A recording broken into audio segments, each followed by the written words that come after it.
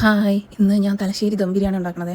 1 glass അരിയാണ് ഞാൻ എടുത്തത്. അപ്പോൾ 1 ഗ്ലാസ് അരിക്ക് 1.5 ഗ്ലാസ് വെള്ളം എടുത്ത് ആദ്യം തിളയ്ക്കാൻ വെച്ച്, എന്നിട്ട് അരി നന്നായി കഴുകി മാറ്റി വെച്ചതിന് ശേഷം ഒരു പാത്രത്തിൽ നെയ്യ് ഒഴിച്ച് കുറച്ച് വെളിച്ചെണ്ണ കൂടെ ഒഴിച്ചിട്ട് സ്പൈസസ് ഇട്ട് കുറച്ച് സവാളയും കൂടെ ഇട്ട് വഴറ്റിയതിന് ശേഷം നമ്മൾ കഴുകി വെച്ച അരി കുറച്ച് നേരം ആ എണ്ണയിലൊന്ന് മൂപ്പിച്ചെടുക്കണം. എന്നിട്ട് ആവശ്യത്തിന് ഉപ്പ് ഇട്ട് ആ തിളപ്പിച്ച് വെച്ചിരുന്ന വെള്ളം ഒഴിച്ച് അടച്ച് വെച്ച് 5 മിനിറ്റിനകത്ത് ചോറ് വേഗം, അതുകൊണ്ട് വെന്ത് പോകാണ്ട് ശ്രദ്ധിക്കണം.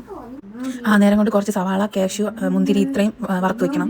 വേറൊരു പാൻ എടുത്ത് വെച്ചിട്ട് നെയ്യ് ഒഴിച്ച് കുറച്ച് വെളിച്ചെണ്ണ ഒഴിച്ച് സ്പൈസസ് ഇട്ട് സവാള വഴറ്റിയതിന് ശേഷം കുറച്ച് പച്ചമുളക്, നമുക്ക് ആ എരിക്ക് ആവശ്യമുള്ള പച്ചമുളക്, ഇഞ്ചി, വെളുത്തുള്ളി ഇത്രയും അരച്ചെടുത്തിട്ട് ആ സവാളയുടെ കൂടെ ഇട്ട് വഴറ്റണം. എന്നിട്ട് മഞ്ഞൾപ്പൊടി, മസാലപ്പൊടി, ഉപ്പ് ഇത്രയും മാത്രമേ ചേർക്കണുള്ളൂ. അത്രയും ചേർത്ത് ചിക്കൻ വിട്ട് തക്കാളി, മല്ലിയില, പുതിനയില ഇത്രയും ചേർത്ത് ചിക്കൻ ഒന്ന് കുറച്ച് നേരം വഴറ്റിയതിന് ശേഷം തൈര് ഒഴിച്ച് അടച്ചു വെച്ച് വേവിക്കാം. ചിക്കൻ വേവാനായിട്ട് വെള്ളം പ്രത്യേകം ഒഴിക്കേണ്ട ആവശ്യമില്ല. ചിക്കനിൽ നിന്ന് തന്നെ വെള്ളം ഇറങ്ങും. നല്ല രീതിക്ക് വെള്ളം വറ്റി പോകണമെങ്കിൽ കുത്തുപോരം വെള്ളം ചൂടുവെള്ളം ഒഴിച്ചു കൊടുക്കുക. തീ ഒരുപാട് കൂട്ടി വെക്കേണ്ടിരുന്നാൽ മതി. വറുത്ത് വെച്ചിരുന്ന സവാളയുടെ പകുതി സവാള കൂടെ ഇട്ടിട്ട് ഒരു പകുതി നാരങ്ങ നീരൊഴിക്കണം. കുരു വീഴാണ്ട് ശ്രദ്ധിക്കണം. പിന്നെ ഞാൻ നോക്കിയ ഉപ്പ് കുറവായിരുന്നു. ഞാൻ പിന്നെ കുറച്ചുകൂടെ ഉപ്പ് കൂടെ ഇട്ട് എന്നിട്ട് ഓരോ ലെയറായിട്ട് ദമ്മിടണം.